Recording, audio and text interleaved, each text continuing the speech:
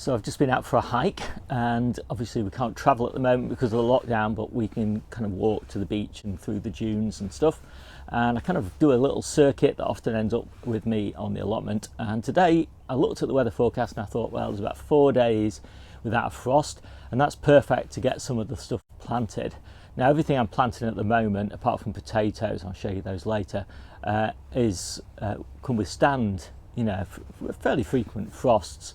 But they do need to get hardened off, and they've been in a nice cosy environment in the conservatory for most of their life, and a couple of days in the polytunnel, and now they're going outside in cold frames and low tunnels, and so they will need protection from the wind, and they definitely don't want sort of cold rain and snow on them and things like that.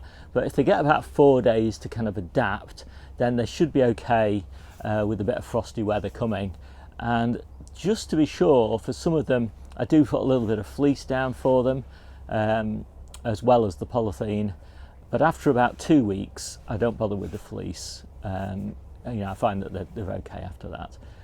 Now your mileage might vary. Obviously, if you got a really hard frost, we had a -6 here, which for us is quite a hard frost, and I probably would even fleece them then if it was -6.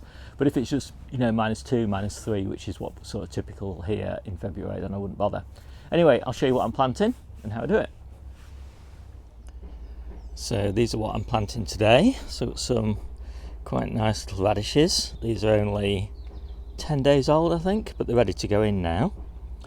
And these are a month old, so these are Oregon sugar pod peas. And the radishes, about half of these are going in the polytunnel, and then I'll have to find somewhere for the rest of them to go outside. And I want them split between the polytunnel and cold frames or whatever, because I want a nice succession or harvest from them. And then these are going in a little low tunnel. I just cleared this a couple of days ago. The low tunnel had chard in it, and that had come to the end really. And I really want moisture peas as early as possible. So I'm going to interplant into the spinach, the radish, and I've dibbed really nice deep holes because you probably saw some of those radishes are just slightly leggy, and you can plant them as deep as you want really, so that's no problem. I've already planted a few sprouts in here, and then down here I've got lots of cauliflowers and calabrese interplanted into those beds, but I've got no more interplanting space in the polytunnel down these borders because these are all full of spring onions. And then down here I'm putting turnips, but the turnips aren't ready yet. They've got to be another week probably until they're ready for planting. Radishes grow a bit faster than turnips, although they were sown rather on the same day.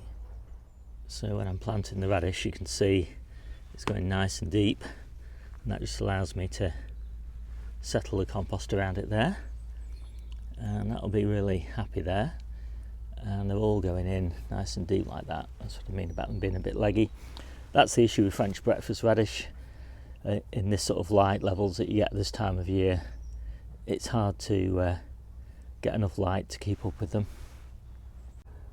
These scarlet globe are a lot nicer, grow a little bit slower, straight from the seed, but mature about a week, 10 days earlier than the French breakfast. So that's the radish in. I put 20 clumps of 3 in there, so that's 60 in total. That'll last us for a couple of weeks.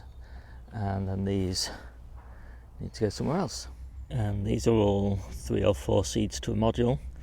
You can go up to about 5 if you're sowing in spring, but at this time of year it's best to keep the numbers down a little bit.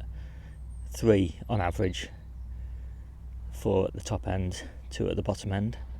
So I've also just popped these early brassicas in, and we've just got 3 or 4 days above freezing here, so I'm just trying to get them all hardened off. So we've got Brussels sprouts here growing for leaves. We've got calabrese in here, and more Brussels sprouts growing for leaves there, and cauliflowers in there. And these are all just still interplanted with spring onions that were there for the lettuce bed, in the lettuce beds. I've just left those in, but they'll all be harvested soon, and so it'll look a lot cleaner. Hopefully all of these will come just a few weeks after the polytunnel crop. So I'm leaving these well vented, but also well protected from the wind and the rain over the next few days. And I will actually fleece them for the frosty period until they've been out for 2 or 3 weeks and are fully hardened off. So I think we've got frost in about 4 days' time. So I'll fleece them probably for those 5 days, those frosty 5 days. And then they should be just fine, left to their own devices. So now I'm on to the peas. They're just going to go down here along the back of this cold frame. First succession here, second succession there. I might actually go a little bit further into that bed. It's just a few spring onions there to be cleared, and then this bed will be replanted here with lettuces. Peas looking quite nice. It'll take them until April time probably to get to the top of these canes, and then this top will come off, and I'll put proper supports in, and I'll probably put these in actually, these posts, which will just hammer in just here. Hopefully that won't damage those peas too much, but if it does then it doesn't really matter, there's plenty more. So anyway, I'm going to get these dropped in. I always plant my peas when they're nice and young, and these are just under a month old now.